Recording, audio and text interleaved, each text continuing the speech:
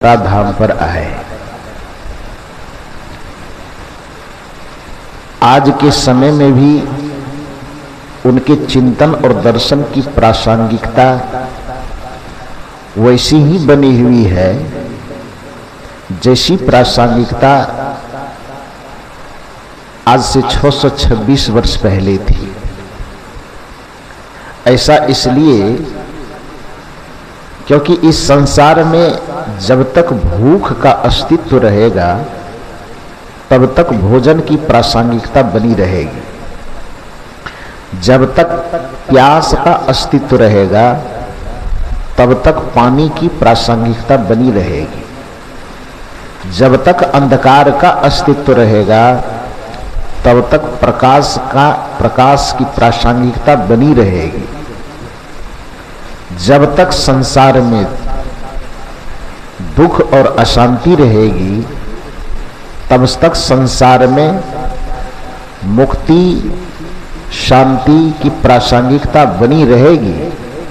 उसी प्रकार से जब तक इस संसार में भ्रम रहेगा, आडंबर रहेगा, अंधविश्वास रहेगा, पाखंड रहेगा, ऊंच नीच की भावना रहेगी, विषमताकारी विद्वेष रहेगा, सांप्रदायिकता का जहर रहेगा, तब तक सदगुरु कबीर की प्रासंगिकता इस धरती पर बनी रहेगी।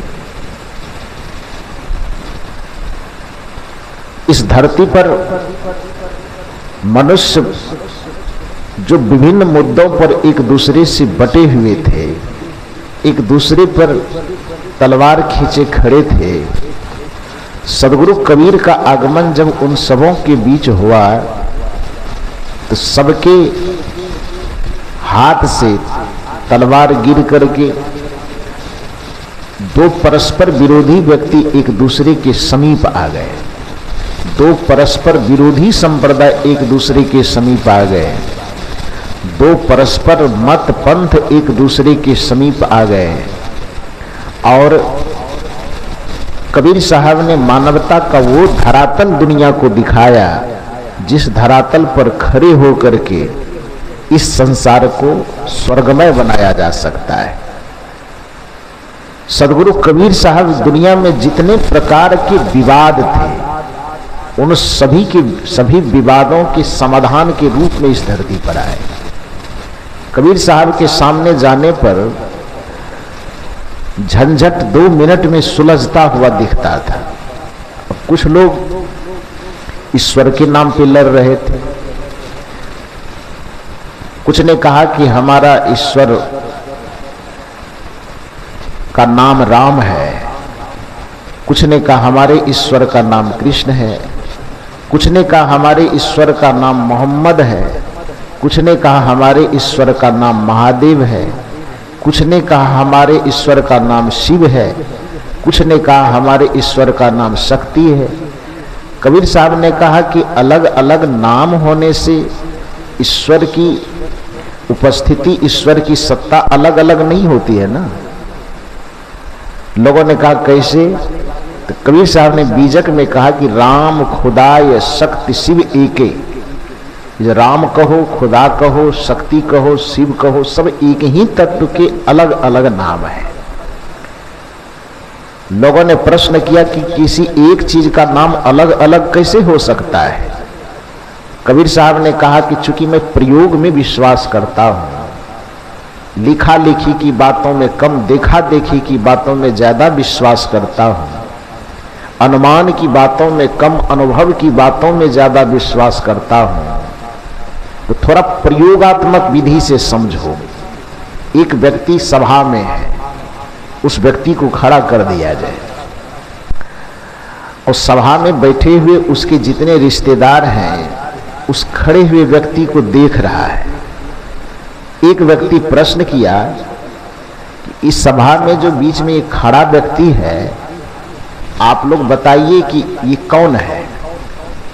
तो जितने लोग अगल बगल बैठे हैं उसमें एक उसका पुत्र बैठा था।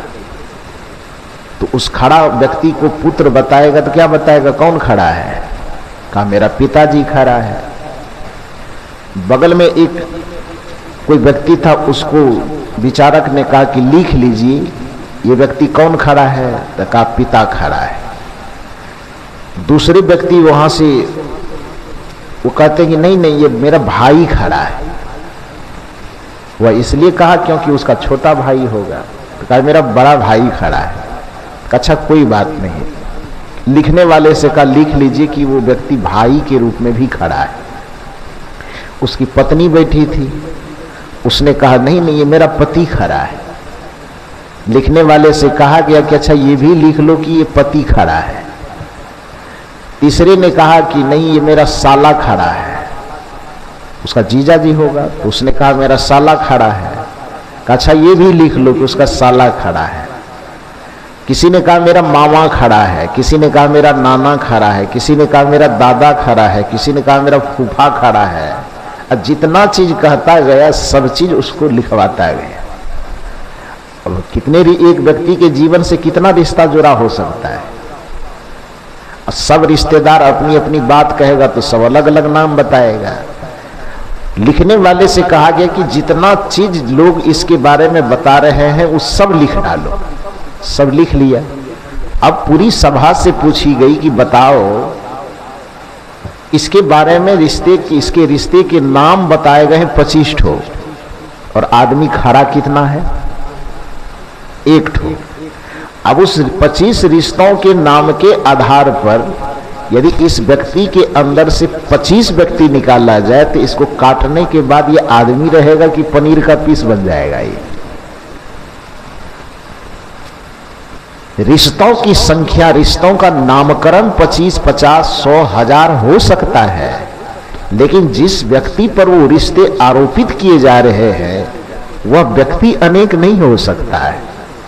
उसी प्रकार से सदगुरु कबीर साहब कहते हैं संसार में लड़ने वाले लोगों, धर्म के नाम पर एक दूसरे का खून बहाने वाले लोगों, ईश्वर और परमात्मा के नाम पर एक दूसरे को छोटा और नीचा कहने वाले लोगों, एक दूसरे से लड़ने झगड़ने वाले लोगों, जरा सा विचार करो भाई रे, दुई जगदीश कहां से आया? कहू कौने बोर आया? अल्लाह राम करीमा केशव हरि हजरत नाम धराया। गहना एक कनक पे गहना, या में भावन दूजा, कहन सुनन को दुई गरथा पे एक नमाज एक पूजा। क्यों झगड़ा कर रहे हो? ईश्वर 2 होता है। किसने बोड़ा दिया है तुम्हें? किसने पगला दिया है? ये बात समझा समझा करके कि ईश्वर 2 होता है। एक बात हमें समझनी चाहिए कि देवी और देवताओं की संख्या लाखों और करोड़ों में हो सकती है, ईश्वर की संख्या लाखों करोड़ों में नहीं होती। ईश्वर एक होता है।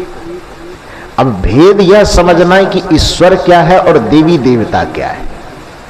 ईश्वर उस परम सत्य को कहते हैं जो सबके अंदर जीवंत शक्ति देता है, चैतन्यता देता है। उस चैतन्यता प्रदान करने वाले परम सत्य को, परम शक्ति को ईश्वर कहा जाता है, जो सबके अंदर विद्यमान है। यदि उस ईश्वर तत्व का अस्तित्व न रहे तो मनुष्य सांस नहीं ले पाएगा, मनुष्य देख नहीं पाएगा, कोई भी प्राणी बोल नहीं पाएगा, कोई भी प्राणी शरीर से कोई क्रिया नहीं कर पाएगा। तो जिसके अस्तित्व में हम देख पा रहे हैं, बोल पा रहे हैं, सुन पा रहे हैं, चख पा रहे हैं, चल पा रहे हैं, जीवन के समस्त क्रियाकलाप कर पा रहे हैं, उसी अस्तित्व को ईश्वर कहा जाता है। वो सबके हृदय में है। कबीर साहब इसीलिए कहते हैं कस्तूरी कुंडल बसे मृग ढूंढे बनवाही, ऐसे घट घट राम है दुनिया जानत नाई। जो तिलवाही तेल है, जो चकमक में आग, तेरा साईं तुझ में जाग सके तो जाग। वह ईश्वर तत्व सबके अंदर उसी प्रकार से विद्यमान है जैसे तिल के अंदर तेल विद्यमान है। वह ईश्वर सबके अंदर उसी प्रकार से विद्यमान है जैसे चकमक पत्थर के अंदर आग बसा हुआ है। वह ईश्वर सबके अंदर उसी प्रकार से विद्यमान है जैसे मेहंदी के अंदर लाली छिपी हुई है। वह ईश्वर सबके अंदर उसी प्रकार से विद्यमान है जैसे दूध के अंदर घी छिपा हुआ है। दूध के अंदर घी छिपा हुआ है, दूध ही घी नहीं है। मेहंदी के अंदर लाली छिपी हुई है, मेहंदी लालीवान से युक्त नहीं है। चकमक के अंदर आग छिपी हुई, चकमक आग नहीं है। तिल के अंदर तेल छिपा हुआ है, तिल ही तेल नहीं है। जैसे तिल के अंदर तेल छुपा हुआ जरूर है, लेकिन उस तेल को निकालने के लिए कुछ मेहनत करनी पड़ती है। जैसे मेहंदी के अंदर लाली छिपी हुई जरूर है, लेकिन उस मेहंदी से लाली निकालने के लिए कुछ संघर्ष, कुछ मेहनत करना पड़ता है। जैसे पत्थर के अंदर आग छिपी हुई जरूर है, लेकिन उस आग को निकालने के लिए कुछ संघर्ष करना पड़ता है। जैसे दूध के अंदर घी जरूर छिपा हुआ है, लेकिन उस घी को निकालने के लिए कुछ मेहनत करना पड़ता है, उसी तरह से प्रत्येक आत्मा में वह परमात्मा जरूर छिपा हुआ है। जो सबके हृदय में निवास करने वाली आत्मा है, उसी में परमात्मा छिपा हुआ है। लेकिन उस परमात्मा को प्रकट करने के लिए सत्संग, साधना और संयम का पालन करना पड़ता है।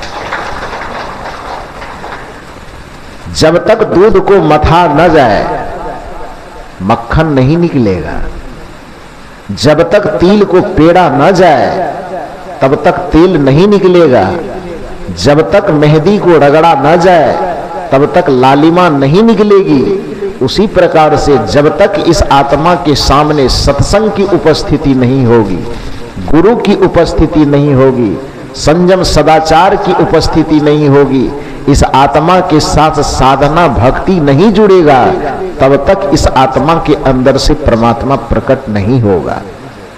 कबीर साहब ने इसलिए कहा कि यह बात तो सच है कि सभी घट में वह परमात्मा निवास करता है, लेकिन सब घट की बलिहारी नहीं। बलिहारी में विशेषता अभी नहीं है। क्यों?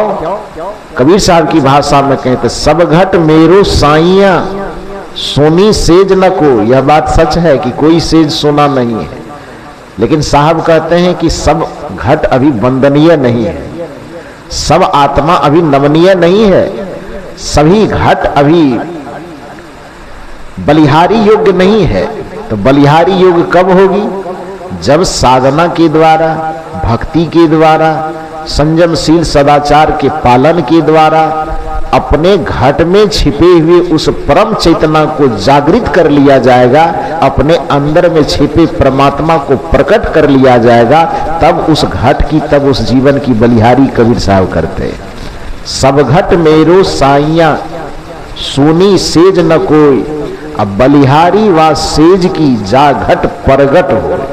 कबीर साहब कहते हैं जब तक प्रगट नहीं हुआ है तब तक आप अधूरे में हैं, तब तक आप बीज हैं।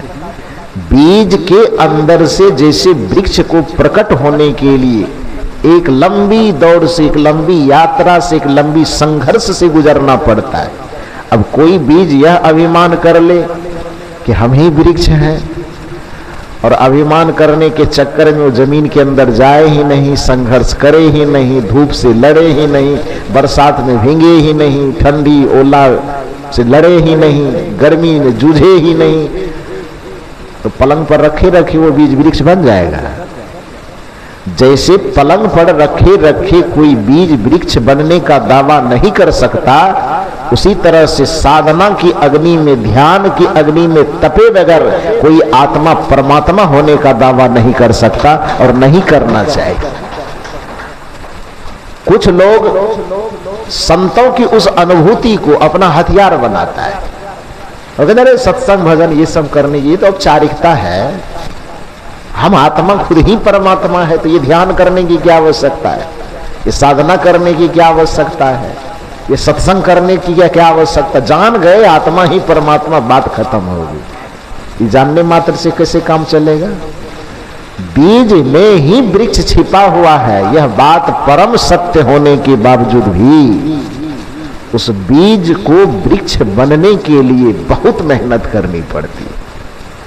उसी प्रकार से आत्मा के अंदर ही परमात्मा छिपे होने के बावजूद भी, आत्मा के अंदर उस परम ईश्वर को छिपे होने के बावजूद भी उसको प्रकट करने के लिए बहुत सारे साधना, संयम, शील, सदाचार, त्याग, तपस्या इत्यादि की आवश्यकता पड़ती है।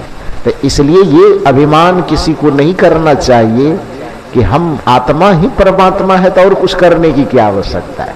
बहुत कुछ करने की आवश्यकता है। दूध में घी छिपा हुआ है तो घी निकालने के लिए मेहनत नहीं करना पड़ता है। मेहंदी के अंदर लाली छिपी हुई है तो लाली को निकालने के लिए मेहनत नहीं करना पड़ता है। तिल में तेल छिपा हुआ है तो तिल से तेल निकालने के लिए मेहनत नहीं करना पड़ता है। तो जब ये बिना मेहनत का नहीं हो सकता तो आत्मा में छिपे परमात्मा को प्रकट करने के लिए बिना मेहनत का कैसे हो जाएगा? वो मेहनत करना पड़ेगा। तो खैर, जितने भी आत्मा है, जितने भी प्राणी है, सभी प्राणियों के अंतःकरण में आत्मा निवास करती है और जहां जहां आत्मा है उसमें परमात्मा छिपे हुए हैं। तो इसलिए ईश्वर और परमात्मा अलग नहीं है, एक है, लेकिन देवी और देवता अनेक है। आम लोगों से भूल यह होती है कि वो देवी देवता और ईश्वर परमात्मा में अंतर नहीं समझ पाता है। देवता बना जाता है, ईश्वर बना नहीं जाता। देवी बनी जाती है, ईश्वर बनाया नहीं जाता। ईश्वर तत्व में कोई रूपांतरण, कोई परिवर्तन नहीं हो सकता। वह जैसा है वैसे। इसलिए कबीर साहब ने कहा कि एक कहो तो है नहीं, दूजा कहो तो गारी, है जैसा तैसा रहे कहे कबीर विचारी। कबीर साहब कहते हैं वो जैसा है वैसा है, उसमें कुछ भी अंतर नहीं होता है। लेकिन देवी और देवता बना जाता है। बना कैसे जाता है? मूल रूप से इस धरती पर हम मनुष्य बन करके आते हैं। मनुष्य जब अपने प्रकृति में जीता है तब वह मानव कहलाता है। जब मनुष्य अपने प्रकृति में, अपने नेचर में जीता है तब वह मानव कहलाता है। और जब अपने प्रकृति से नीचे गिर करके विकृति में जीने लगता है तब वह दानव कहलाता है। और जब व्यक्ति विकृति से ऊपर उठ करके प्रकृति में तो जी ही रहा है, अब प्रकृति से भी ऊपर उठ करके संस्कृति में जीना आरंभ कर देता है, तब वह देव में परिणत हो जाता, देवता कहलाता है। मनुष्यता से नीचे गिरने की स्थिति को दानवत्व कहा जाता है और मनुष्यता से ऊपर उठने की स्थिति को देवत्व कहा जाता है। बस इतना सा फर्क है। आप बीच की भूमिका में, इसी को नीतिविद कहते हैं कि जात दोधा ब्रजत उच्चै नरः स्वेरेव कर्मभि कुपस्य खनिता यदवत प्रसाद यस्सेव कारकः। जैसे एक सामान्य धरातल पर से, सामान्य धरती पर दो कारीगर काम करने में लगता है। एक कारीगर मकान बनाने वाला, अब दूसरा कारीगर कुआं खोदने वाला। कारीगर तो दोनों है, लेकिन दोनों की कारीगरी दो अलग अलग तरीके का है। एक की कारीगरी है ईंट पर ईंट जोड़ते जोड़ते दीवार को ऊपर उठाना, अब दूसरे की कारीगरी है एक एक छह मिट्टी कुदाली से काटते काटते काटते काटते नीचे जाना। कर्म तो दोनों कर रहा है, लेकिन एक के कर्म का परिणाम ऊपर जा रहा है और एक के कर्म का परिणाम नीचे जा रहा है। लेकिन दोनों को कर्म की शुरुआत जो करनी होगी, चाहे ऊपर जाने वाले को चाहे नीचे जाने वाले को, तो शुरुआत कहां से करेगा? वो धरती पर से करेगा ना। तो जैसे दोनों नीचे जाने वाला और ऊपर जाने वाला दोनों ही अपने कर्म की शुरुआत धरातल से करेगा, उसी प्रकार से दानव बनने की भूमिका और देव बनने की भूमिका जिस धरातल से शुरू होती है उस धरातल का नाम मानव है। आपका जो जीवन है कर्म भूमिका है, कर्म का धरातल है। अब ये आपके ऊपर निर्भर करता है कि आप विकृति में नीचे गिर करके आप दानव बन जाइए कि आप संस्कृति में ऊपर उठ करके देव बन जाइए। जो जो व्यक्ति गुरु का सानिध्य लेकर के, सत्संग का सानिध्य लेकर के, संयमशील सदाचार का पालन करके, ध्यान करके, साधना करके अपने जीवन को परिशोधित किया है, वो सब के सब देवी और देवता बनते चले गए। कबीर साहब देव नहीं बने, बुद्ध देव नहीं बने, महावीर देव नहीं बने, विवेकानंद देव नहीं बने, और जिन जिन महापुरुषों का नाम आप जानते हैं इस धरती पर, जिनका नाम सितारों की तरह चमक रहा है इस पूरे संसार में, उस सभी मनुष्य आखिर एक साधारण माँ बाप के गर्भ से, माँ से के गर्भ से ही तो जन्म लिया। एक साधारण, जैसे आप जन्म लिए उसी तरह उनका जन्म, उनका पालन पोषण सबका हुआ है, लेकिन वो अपने कर्मों की सुगंधी से, अपने कर्मों की सुव्यवस्था से धीरे धीरे धीरे धीरे उसके अंदर ऐसी दिव्यता का समावेश होता चला गया, उसका जीवन इतना पवित्र, इतना आदर्शमय बनता चला गया कि आगे आने वाली पीढ़ी के लिए वह देवी और देवता बन गए। जिस स्त्री के अंदर कर्मों की दिव्यता आई वो देवी बन गई, जिस पुरुष के अंदर कर्म की दिव्यता आती गई, आचरण की दिव्यता आती गई, वे देव बनते चले गए। आखिर राम भी तो दशरथ और कौशल्या के यहां जन्म लिए थे, अपने गुण और कर्मों के आधार पर देव कहलाए। कृष्ण भी नंद और वसुदेव के यहां जन्म ही तो लिए थे, लेकिन अपने गुण और कर्मों के आधार पर धीरे धीरे देव कहलाए। तो मेरे कहने का मतलब यह है कि सबसे पहले इस चीज को हमें समझना चाहिए कि देवी और देवताओं की संख्या अनेक हो सकती है, लेकिन ईश्वर और परमात्मा की संख्या अनेक नहीं हो सकती। ईश्वर परमात्मा और देवी देवता के अंतर को समझिए।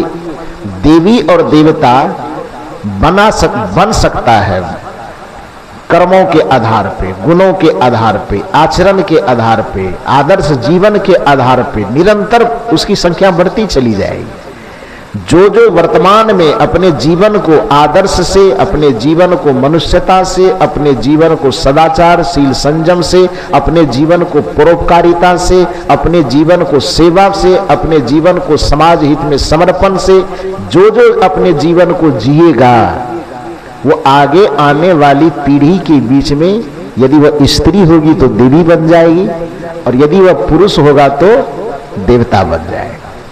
बनेगा कि नहीं बनेगा? अब झांसी की रानी को कौन देवी नहीं कहेगा? भगत सिंह को कौन देव नहीं कहेंगे? सुभाष चंद्र बोस को कौन देव नहीं कहेंगे? महात्मा गांधी को आगे आने वाली पीढ़ी देव कहेगा कि नहीं कहेगा?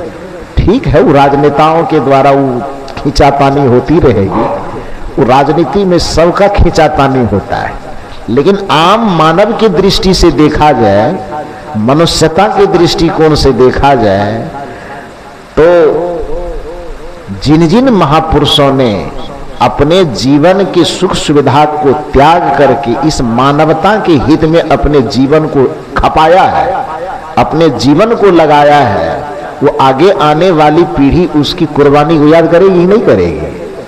ए मेरे वतन के लोगों, जरा आंख में भर लो पानी, और जो शहीद हुए हैं उनकी जरा याद करो कुर्बानी। तो जब जब उनको हम याद करेंगे, तो क्यों याद करेंगे? किस लिए याद करेंगे? क्या वो अभी हमको रोटी बना के खिला रहे हैं? क्या वो अभी हमको कपड़ा खरीद के दे रहे हैं? क्या वो अभी हमारे लिए मकान की व्यवस्था कर रहे हैं? क्या वो हमारी पढ़ाई लिखाई, हमारे बाल बच्चे का भरण पोषण उन्हीं के द्वारा हो रहा है? ऐसा कुछ नहीं हो रहा है, लेकिन उसके बावजूद भी हमारे जीवन के सुख सुविधा, अधिकार, सम्मान के लिए, स्वाभिमान, हमारे स्वाभिमान की रक्षा के लिए, आगे आने वाले भविष्य में आगे आने वाली जो भी पीढ़ियां होंगी, उस पीढ़ियों की सुरक्षा के लिए, उसके स्वाभिमान के लिए, उसके सम्मान के लिए, उसके अधिकार के लिए जिन जिन महापुरुषों ने अपने जीवन का त्याग और बलिदान किया, उस महापुरुषों को आगे आने वाली पीढ़ी देवी और देवता के रूप में ही याद करेगी। मैंने पहले कहा कि राजनीतिक खींचातान कुछ हो सकता है, किसी की नजर में राम बुरे होंगे, किसी की नजर में कृष्ण बुरा होगा, किसी की नजर में बुद्ध बुरे होंगे, किसी की नजर में कबीर बुरे होंगे, किसी की नजर में, और वो एक केवल राजनीतिक खींचातान है वो। लेकिन समान मनुष्यता के दृष्टिकोण से देखा जाएगा तो अपने अपने समय में, अपने अपने जमाने में सभी महापुरुषों ने उसके पास जो भी क्षमता थी, अपनी क्षमता से मानवता का हित चाहा है, मानवता का अच्छा चाहा है, मनुष्यता का कल्याण चाहा है। ठीक है, हो सकता है सबके लिए न चाहा हो, सबके लिए ना चाहा हो।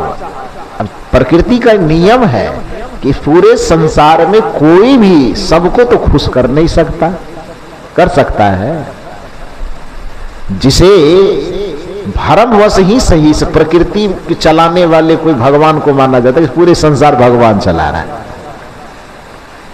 तो इस मान्यता के आधार पे जिसे हम भगवान कहते हैं, जिस भगवान की यह सृष्टि कहते हैं हम बनाए हुए हैं, जिस भगवान की रचना यह मनुष्य है, ऐसा हम लोग मानते हैं। बहुत लोग मानता है कि नहीं मानता है। तो जिनकी मान्यता में ऐसा होता भी है, तो क्या उसके नजरिए से भगवान पूरे संसार के प्राणी को खुश कर सकता है? कर सकता है? नहीं कर सकता है। एक आदमी भगवान की तपस्या किया, संजोग से उनकी तपस्या से प्रभावित होकर के भगवान प्रकट हुए। तो भगवान ने कहा कि तुम्हारी तपस्या से हम प्रसन्न हैं, चलो वरदान मांगो। क्या वरदान मांगते हो? तो भगवान ने वरदान मांगने की जैसे ही आज्ञा दी, उस व्यक्ति ने कहा, हे प्रभु, आप मुझे सिर्फ एक वरदान दीजिए कि मैं पूरे दुनिया को खुश रख सकूं, ऐसा आशीर्वाद मुझे दीजिए। जिसको हम आशीर्वाद दें वो सब खुश हो जाए। तो भगवान ने कहा ठीक है। हालांकि वो मुस्कुराए, उसको हंसी आई कि भाई हम तो दुनिया को, हमको लोग बनाने वाला मानता है, हम तो दुनिया को खुश कर ही नहीं पाए। अब तू वरदान मांग रहा है कि पूरे दुनिया को हम खुश कर दे। अच्छा ठीक है, अब तपस्या किया है तो वरदान तो देना पड़ेगा। तो वरदान मांगे कि हमको ऐसा आशीर्वाद दीजिए कि हम पूरी दुनिया को खुश कर दें। तो भगवान हालांकि हंसे, ये काम हो नहीं सकता, हम खुद ही नहीं कर पा रहे हैं, लेकिन तू वरदान मांग रहा था। अच्छा ठीक है, जा, वरदान दिए कि तू पूरी दुनिया को खुश कर देगा। तो बेचारा खुश हो गया कि अब तो मैं भगवान के जैसा ही हो गया। जो भी आएंगे कोई समस्या लेके, हम उसको कहेंगे खुश रहो, सब खुश हो जाएगा। और जो पूरी दुनिया को खुश कर दे तो वो भगवान से कम होगा क्या? तो उसने कहा कि अप्रत्यक्ष रूप में भगवान से मैंने भगवान होने का ही आशीर्वाद मांग लिया। तो अब ठीक है, वरदान मिल गया कि सबको खुश रखना है। तो उसकी जांच कैसे होगी? संजोग की बात है कि उसको 2 लड़के थे और 2 लड़की थी। तो उसने सोचा कि अच्छा लड़का से तो बाद में मिलेंगे, पहले लड़की सबसे मिलते चले जाते हैं, 2 बेटी से। तो एक ही गांव में, गांव के एक किनारे पर एक बेटी रहती थी और दूसरे किनारे पर, दूसरे छोर पे, गांव के दूसरे छोर पे दूसरी बेटी रहती थी। तो वो सोचा कि रास्ते से गुजर रहे हैं, पहले बेटी का ही घर पड़ता है, तो जाते हैं, अपने जो वरदान है उसका प्रयोग करके देख लें कि सफल हुआ कि असफल हुए, वरदान सही में काम कर रहा है कि नहीं कर रहा है। इसकी जांच पड़ताल दूसरे पर बाद में किया जाएगा, पहले अपने ही ब्लड पर, अपने ही बच्चे पर थोड़ा सा करके देखते हैं। तो एक बेटी के यहाँ गया, पिता को देख करके बेटी बड़ी प्रसन्न हुई, आदर सत्कार जो भी उसके पास व्यवस्था थी व्यवस्था किया। बेटी गई, हाल समाचार होने के बाद बेटी ने कहा कि पिताजी कैसे आना हुआ? पिताजी बताए कि मैं भगवान की तपस्या कर रहा था, भगवान ने मुझे